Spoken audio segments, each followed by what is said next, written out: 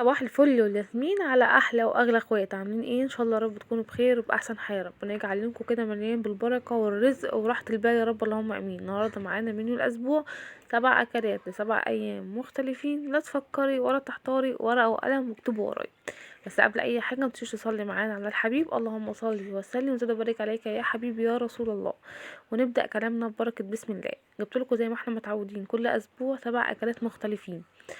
اول اكله معانا في الاسبوع ده تبقى مثلا عباره عن مكرونه بالصلصه وبطاطس محمره كتيره وبتنجان بالدقه او مقلي والليمون مخلل، اي نوع مخلل عندك، طبق شرايح كده من الفلفل او الخيار. وجبه جميله، وجبه اقتصاديه. وهو حلوه ومشبعه.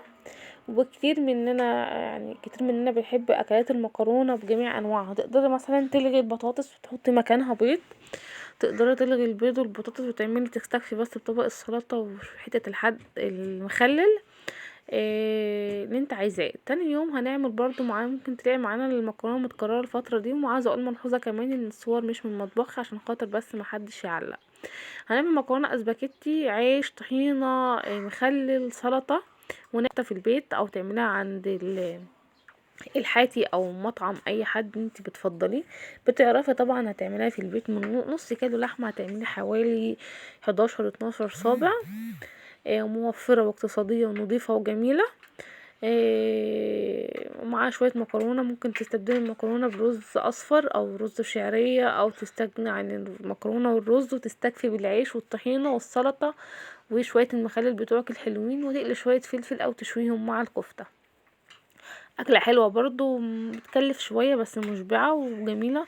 وخلاص احنا دخلنا في الشتاء، ما عادش ينفع معانا اكلات اقتصاديه خالص، ولا عاد ينفع حتى نواشف. الشتاء جاي بسقعه وجاي ببرد، محتاج دايما حاجات، محتاج شوربه، محتاج خضار، محتاج حاجات من دي كتير يعني. تالت وجبه معانا في الاسبوع ده تبقى عباره عن صينيه بطاطس في الفرن، فراخ مسلوقه متحمره عادي، رز بالشعريه، طبق الملوخيه المتين، وشويه سلطه.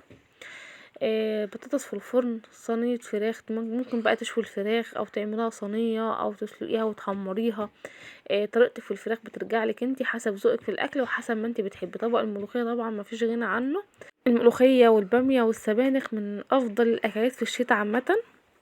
كفاية ان هم كلهم حديد وكلهم فيتامينات عالية جدا.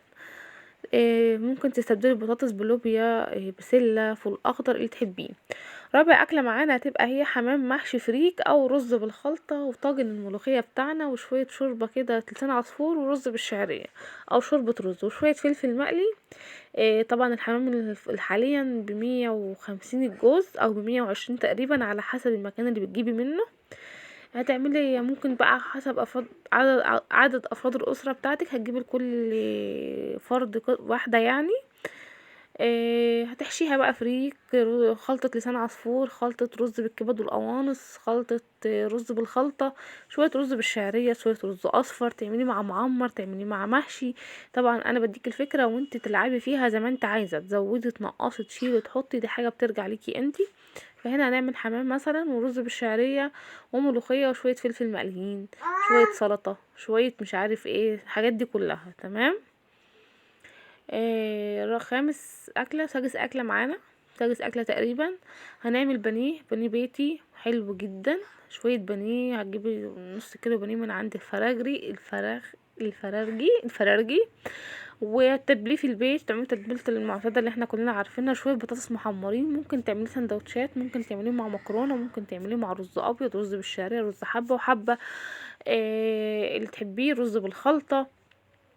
المهم هو ماشي جدا مع مكرونه، شويه سلطه حلوين، شويه بطاطس مقليين، حته مخلل، شويه خضره، الكلام ده كله اليوم بيعدي وبألف هنا وشفا.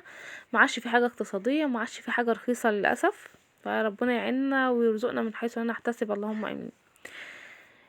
انا مش عارفه احنا بقينا في الكام، دي الستة ولا الخامسة، والله اتلخبطت. المهم هنا هنعمل صينيه فراخ في الفرن. هنعمل صينيه فراخ بالبطاطس في الفرن ومعاها شويه رز بالشعريه وشويه مخلل بس كده.